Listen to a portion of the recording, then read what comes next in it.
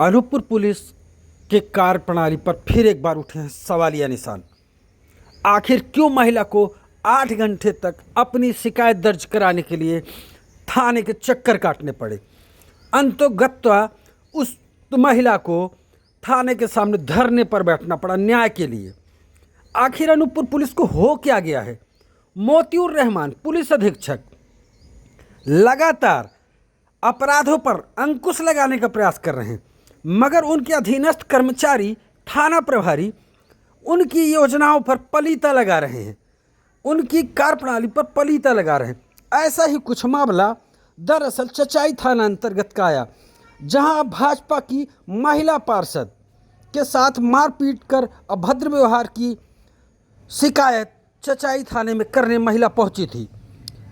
मगर चचाई पुलिस की निरंकुशता देखिए कि महिला को मजबूर होकर थाना के सामने बैठना पड़ा।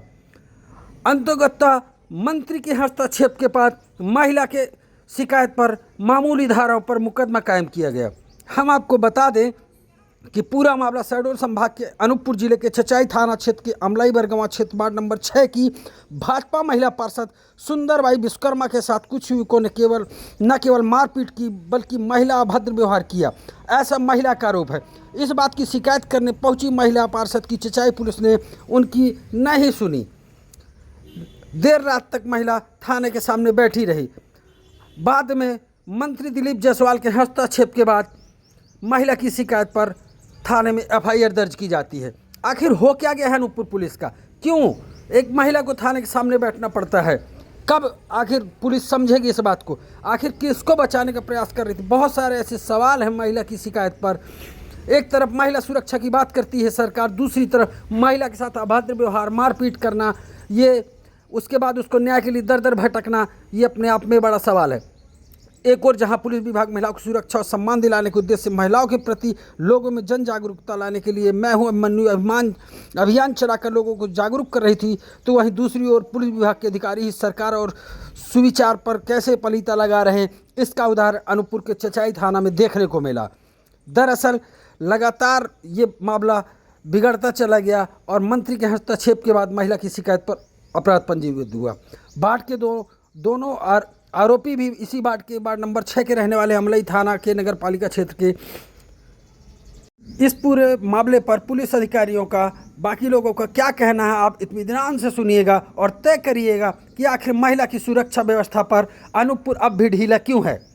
पुलिस की कार्यप्रणाली महिलाओं की सुरक्षा पर अब भी मुस्तैद क्यों नहीं नजर आती? आखिर एक महिला को 8-8 घंटे तक अपनी शिकायत दर्ज कराने के लिए क्यों इंतजार करना पड़ता? ऐसे कई सवाल हैं, सुनिएगा पीड़ित महिला के आरोप और पुलिस की सफाई। मैं वार्ड नंबर 6 की पार्षद हूँ, अमलाई बरगवां क्षेत्र से। तो मैं सुबह पूजा पाठ करके और मंदिर जा रही थी 2 बजे। तो वहाँ पे मैं जब मंदिर जा रही थी कपूर जलाने के लिए अन्नपूर्णा माता जी के पास, तो इन लोगों ने मुझे गाली देने लगे, बोले कि ये पाखंड जा रही है, ये वैसिया है, ऐसा करके गाली देने लगे। तो मैं बोली कि क्यों गाली दे रहे हो मेरे को, हमने क्या बिगाड़ा है आपका? तो उमेश सिंह और अखिलेश सिंह और सौरभ सिंह ने इन लोग तीनों लोग मेरे ऊपर टूट पड़े। दोनों हाथ पकड़ के, बाल पकड़ के झोंटा लपेट लिए रहे हाथ में और मारे हैं मेरे को डंडा से मेरे सिर में और पूरी चूड़ी तोड़ डाले, मेरी साड़ी फाड़ डाले। मेरी कोई शिकायत दर्ज नहीं हुई। चचाई थाने भी मैं गई थी, 3 बजे से बैठी थी, 2 बज गए रात, तभी तक कोई शिकायत नहीं दर्ज की। फिर मंत्री जी का फोन गया, इसके बाद उन्होंने एफआईआर दर्ज किया और आज मैं शहडोल भी आई हूँ और दर दर भटक रही हूँ, मेरा कोई नहीं सुन रहा है। क्या नाम आपका? मेरा नाम सुंदरबाई विश्वकर्मा।